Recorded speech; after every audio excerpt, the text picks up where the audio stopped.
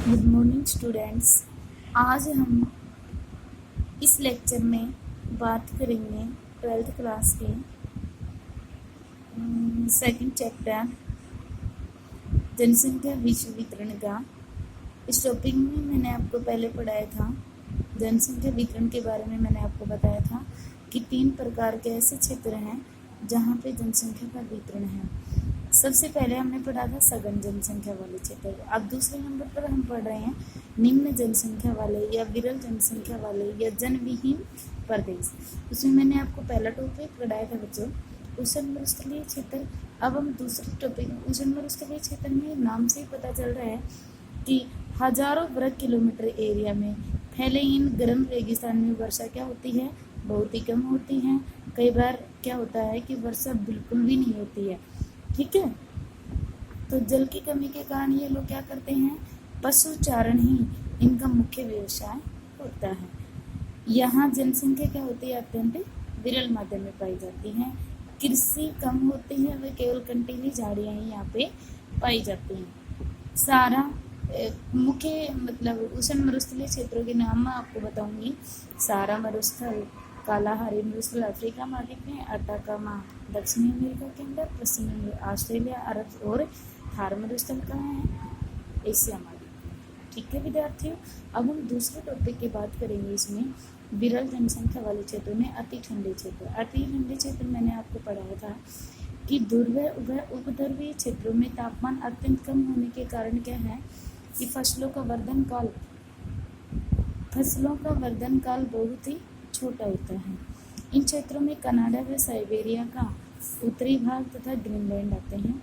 दक्षिणी ध्रुव के चारों ओर विस्तृत अंटार्कटिका महाद्वीप जो पूर्णतः क्या है, बिल्कुल ही जनविहीन है।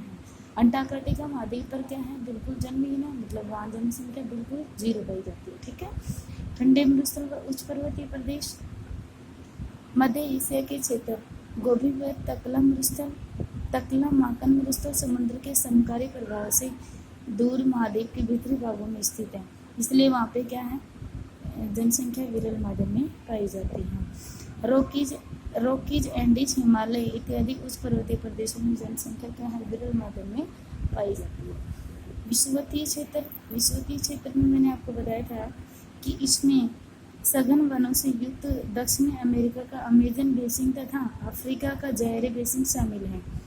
यहाँ सारा साल क्या होता है, वर्षा व उच्च तापमान पाए जाते हैं। मैंने आपको देखो 11वीं क्लास में समझाया था विषुवतीय रेखीय क्षेत्रों के बारे में कि विषुवत 0 डिग्री अक्षांश, यहाँ पे क्या है, सारा वर्ष गर्म, मतलब यहाँ की जलवायु गर्म है, मतलब ऊंचा तापमान बना रहता है, घने वन है और वर्षा अत्यधिक, मतलब वर्षा भी यहाँ पे 250 सेंटीमीटर होती है। ठीक है विद्यार्थी, अब हम पढ़ेंगे, देखो सघन माध्यम हो गया, सघन का मतलब ज्यादा वाले क्षेत्र, विरल कम वाले और मध्यम वाले क्षेत्रों के बारे में देखो मैं आपको बताती हूँ कि जहाँ पे जनसंख्या क्या होती है, 11 से 50 व्यक्ति प्रति वर्ग किलोमीटर में रहते हैं। 11 व्यक्तियों से लेकर 50 व्यक्तियों तक। ये प्रदेश ना तो अति न्यून तथा सघन जनसंख्या वाले प्रदेशों के बीच फैले हुए होते हैं। मैं आपको बताती हूँ, देखो एशिया महाद्वीप में क्या है, पश्चिमी चीन, दक्षिणी भारत, यहाँ पे क्या है, जनसंख्या मध्यम में पाई जाती है। मध्यम प्रदेश जनसंख्या वाले प्रदेश हैं। दक्षिणी भाग कंबोडिया, थाईलैंड और म्यांमार। यूरोप महाद्वीप में क्या है कि उत्तरी यूरोप में Norway, Sweden, Denmark, Estonia, Latvia, Lithuania, ये सब राज्य यूरोप महाद्वीप से हैं। संयुक्त राज्य अमेरिका के पश्चिमी तथा मध्यम भागों में जनसंख्या का साधारण घनत्व पाया जाता है, मतलब 11 से 50 के बीच में जनसंख्या पाई जाती है। दक्षिणी गोलार्ध में भी ऐसा ही है। अब वेरी इंपॉर्टेंट इस टॉपिक का क्वेश्चन, इस चैप्टर का वेरी इंपॉर्टेंट क्वेश्चन आता है, जनसंख्या के वितरण को प्रभावित करने वाले कारक कौन कौन से हैं। तो देखो सबसे पहले मैं आपको बताती हूँ, जनसंख्या को प्रभावित करने वाले कारक तो बहुत से हैं, लेकिन कुछ इम्पोर्टेंस हैं वो मैं आपको बताने जा रही हूँ। देखो सबसे पहला कारक होता है जोग्राफिकल फैक्टर होता है जोग्राफिकल फैक्टर। इसमें क्या होता है, भौगोलिक कारक में मेन पॉइंट क्या होता है, जल की उपलब्धता। जनसंख्या वहीं पर निवास करना चाहेगी, ज़्यादा जनसंख्या उन्हीं क्षेत्रों में निवास करते हैं जहाँ पे पानी आसानी से उपलब्ध हो जाता है। नहाने योग्य उद्योग धंधे भी वहीं स्थापित किए जाते हैं जहाँ जल उपलब्ध आसानी से हो जाता है। तो देखो, लोग उन क्षेत्रों में बसने को प्राथमिकता देते हैं जहाँ जल आसानी से उपलब्ध होता है। जल का उपयोग पीने, नहाने और भोजन बनाने के साथ साथ किसके लिए किया जाता है, पशुओं, फसलों, उद्योगों, जल विद्युत उत्पादन तथा अन्य संचालन में भी किया जाता है। तो सबसे इम्पोर्टेंट टॉपिक इस चैप्टर का क्या है, इस टॉपिक का क्या है, जल की उपलब्धता। जल अगर देखो, जहाँ पे जल आसानी से मिलेगा, कृषि योग्य पानी मिल जाएगा आसानी से, उद्योग धंधों के लिए मिल जाएगा, तो वहाँ पे जनसंख्या का घनत्व ज़्यादा पाया जाएगा। भू आकृति। दूसरा नंबर ये देखा जाता है कि वहाँ के धरातल की बनावट कैसी है, आर्थिक उन्नति की सीमा निर्धारित करता है। ऊंचे पठारी एवं पहाड़ी प्रदेशों में उबड़ खाबड़ सतह और तिरवे ढलान के कारण पर्याप्त स्थान नहीं मिल पाता। अधिक अपरदन के कारण वहाँ मिट्टी की परत पतली रह जाती है जो खेती के लिए अनुपयुक्त होती है। ऊंचे पर्वतों में फसलों को छोटा वर्धन काल भूमि की वहन क्षमता को सीमित करता है। वहाँ आरंभ में न तो उद्योगों के लिए अनुकूल दशाएं मिलती हैं और न ही उत्तम मार्गों का विकास हो पाता है। तो इसलिए उन्हीं क्षेत्रों में लोग ज़्यादा रहना पसंद करते हैं जहाँ की भू आकृति मतलब धरातल की बनावट अच्छी है या नहीं है। तीसरा पॉइंट इसमें आता है जलवायु। जलवायु में भी देखो क्या होता है, लोग ऐसी सुविधाजनक जलवायु वाले क्षेत्रों में बसना चाहते हैं जिसमें अधिक मौसमी परिवर्तन न होते हैं। इसका कारण ये कि मनुष्य तापमान, वर्षा तथा आर्द्रता की कुछ अनुकूल परिस्थितियों में भी रह सकता है। अधिक वर्षा अथवा विषम और रुक्ष जलवायु वाले क्षेत्रों में कम जनसंख्या पाई जाती है। देखो, अधिक वर्षा वाले क्षेत्र में आपको बताती हूँ विषुवत रेखीय प्रदेश। इनमें क्या है कि वर्षा अत्यधिक मात्रा में होती है, 250 सेंटीमीटर तक वर्षा होती है। तो यहाँ पे लोग रहना कम पसंद करते हैं क्योंकि और यहाँ के वृक्ष हैं वो सदाबहार वन है, ठीक है, इसलिए इन क्षेत्रों में लोग रहना कम पसंद करते हैं। तो दूसरी बात, पहले इसमें क्या आता है जलवायु में कि वहाँ की जलवायु भी अगर उपयुक्त नहीं होती है और अनुपयुक्त है तो वहाँ लोग नहीं रहेंगे। जलवायु की विषम दशाओं में फसलों को उगाने व पशुपालन करने में भी क्या होती है, प्रॉब्लम होती है, समस्याएं होती हैं। इनके विपरीत भूमध्य सागरीय प्रदेश अपनी शुद्ध जलवायु के कारण इतिहास में आरंभिक कालों से ही बसे हुए हैं, मर गए। चौथा पॉइंट इसमें क्या आता है, मिट्टी।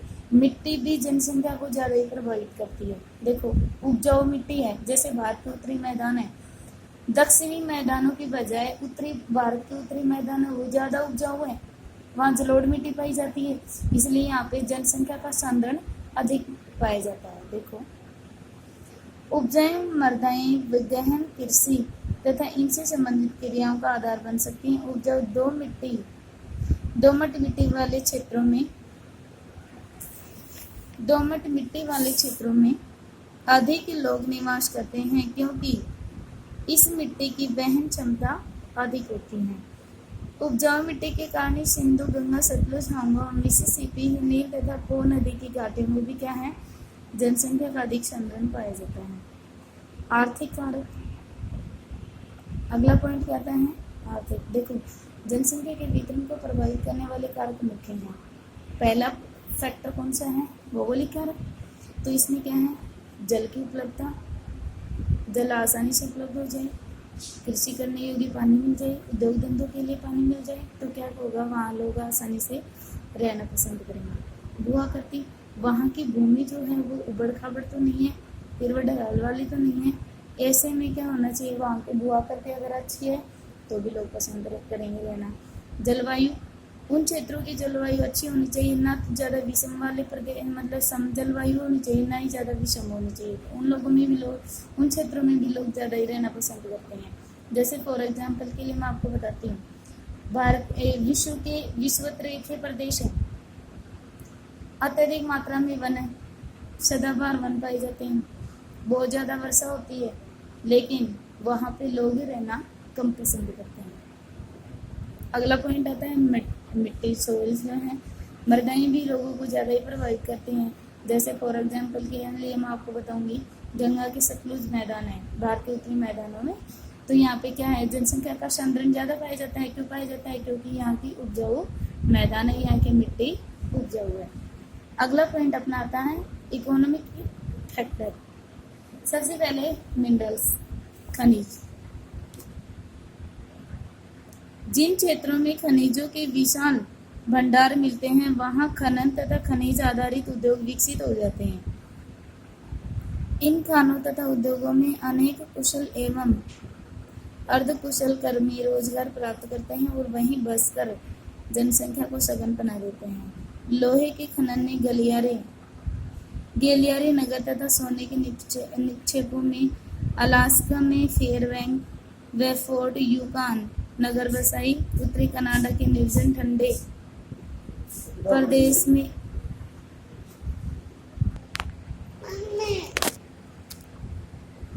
जिन क्षेत्रों में खनिजों के